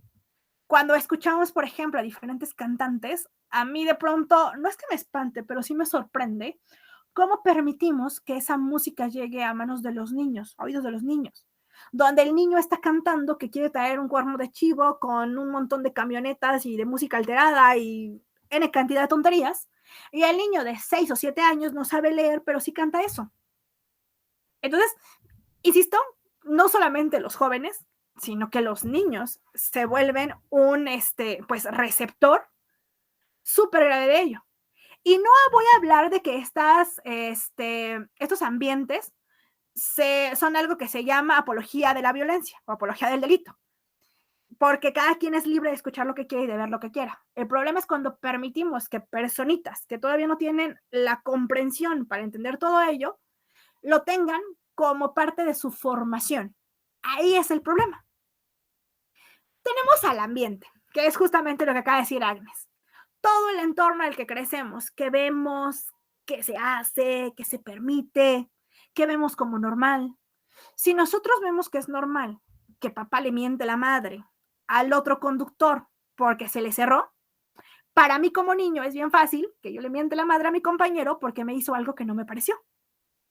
Pero si en casa aprendo que es como oye, ¿sabes qué? No me parece que me hayas hecho esto, porque está mal. Porque tampoco es que enseñemos a que los demás se dejen, es a poner límites de una manera adecuada. Y esto que hace rato mencionaba Daniel, la parte de la genética, no podemos negarla. Nuestra genética tiene un papel bien importante. Nuestros genes, como componente de nuestra conducta, van a ser pues algo que tiene mucho peso. Entonces, en el caso de los psicópatas, sí va a existir una situación genética que es importante de valorar. Tenemos dos conceptos que son importantísimos y que vale la pena separar: la psicopatía y la sociopatía. La psicopatía, que es de lo que hemos hablado, está más relacionada con defectos neurológicos, que esto tiene que ver con un poco de desarrollo del área del cerebro, que se encarga de controlar impulsos y emociones. Por ahí dirían, entonces el psicópata ya viene mal. No, hay psicópatas que se forman. Bueno, esto es muy amplio, pero voy a explicarlo de manera muy rápida. Hay algo que se llama neurobiología de la violencia. En la neurobiología de la violencia ha explicado cómo existe algo que se llama desarrollo y cómo nuestro cerebro se va conformando, usualmente en los primeros años de vida, y que nosotros desarrollamos algo que se llaman neurotransmisores. Hay un neurotransmisor que es súper importante que se llama cortisol. El cortisol nos ayuda para muchas cosas, entre ellas el ciclo de sueño y vigilia, pero entre otras cosas nos ayudan para la parte de alerta. Cuando un niño se desarrolla en un ambiente violento, resulta que el niño desarrolla muchísimo cortisol. Todo el tiempo está alerta, porque imagínense que en casa todo el tiempo le están pegando o le están gritando. Su señal de alerta, pum, pum, está como en foquitos, resplandeciente, con muchas luces. Su cortisol está todo lo que da. Acostumbra a su cerebro a actuar así, a tener toda la descarga de cortisol. ¿Qué va a pasar? Que su cortisol no va a bajar. Y entonces alguien que todo el tiempo está alerta y a la defensiva. En algún momento va a pegar, va a generar algún acto violento porque ya viene su cerebro afectado por el clima de violencia y sus impulsos y sus emociones ya están alteradas por esa parte. Eso es como de manera muy sencilla para explicar esta parte. La sociopatología, en cambio, es más desarrollada por un trauma infantil, por un abuso emocional sistemático y por también un abuso psicológico. Entonces, es importantísimo que entendamos que la sociopatía y la psicopatía no son lo mismo, son dos trastornos de personalidad antisocial que ambos van a desarrollar en que no van a tomar en cuenta a los demás, que tienen características, digamos, como compartidas, como es la falta de empatía, el desprecio por las leyes, por la manipulación, pero vamos a tener menos psicópatas que sociópatas. Hay más sociópatas, hay más población que sociópata que población que sea psicópata. Por ejemplo, los sociópatas son más impulsivos, los psicópatas van a ser más pacientes, van a ser más precavidos, lo que hablábamos hace rato de Andrés, del monstruo de Atizapán. El sociópata tiene más presencia de que exista una lesión cerebral o se han resultado de una crianza negligente, como lo que les acabo de decir, de la estimulación del cortisol. Y en el caso de la psicopatía es más común que sea hereditaria y que tenga un componente biológico. En el caso de ambos, las relaciones interdisciplinarias pueden ser muy utilitarias. En el psicópata es más de conformar relaciones utilitarias superficiales o nulas, y en el caso del sociópata forman más relaciones interpersonales selectivas o de manera como más discriminada. Vamos a tener diferentes trastornos psicopatológicos. Entre ellos nos vamos a encontrar con el trastorno antisocial, esta parte que es como más común asociada a algunos delitos, ya que la persona, como no distingue entre el bien y el mal, pues no se va a adaptar a las normas sociales, no entiende qué son las leyes, las minimiza muchísimo, elimina los derechos individuales de los demás, para él nada más existe lo suyo y se acabó. Son manipuladores, son crueles, son indiferentes, son muy, muy impulsivos. Al no tener remordimientos, pues hacen que todo lo anterior se concrete. Hay personas, por ejemplo, con esquizofrenia paranoide, que ya es un trastorno mental, en el cual, como existe una realidad totalmente distorsionada, la persona, pues obviamente, puede caer en estados violentos e impulsivos. Hay personas que al tener esquizofrenia paranoide pueden llegar a ser muy egocentristas y aislarse. Como creen que los demás no los merecen, entonces prefieren aislarse. Hay una ausencia de contacto con la realidad y eso obviamente va a llevarlo hacia ideas delirantes o alucinaciones. Entonces, es común que estas personas puedan sentirse perseguidos. Y entonces, como existe una alteración de la realidad, podrían generar una conducta que...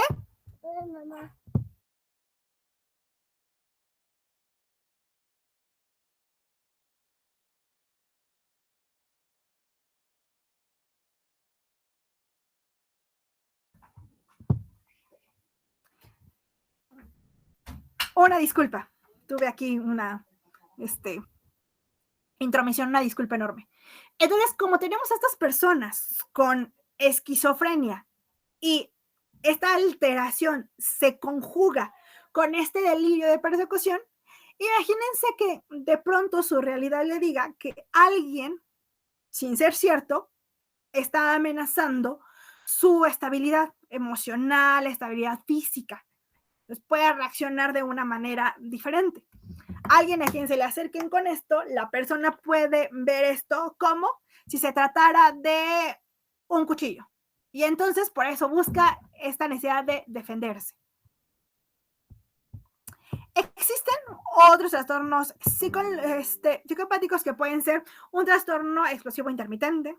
Por ejemplo, alguien que experimenta episodios repetidos y repentinos de conductas impulsivas, agresivas y violentas. Entonces, van al extremo del enfado desproporcionado. Es por algo mínimo, ¡pum!, se va el impulso a lo máximo.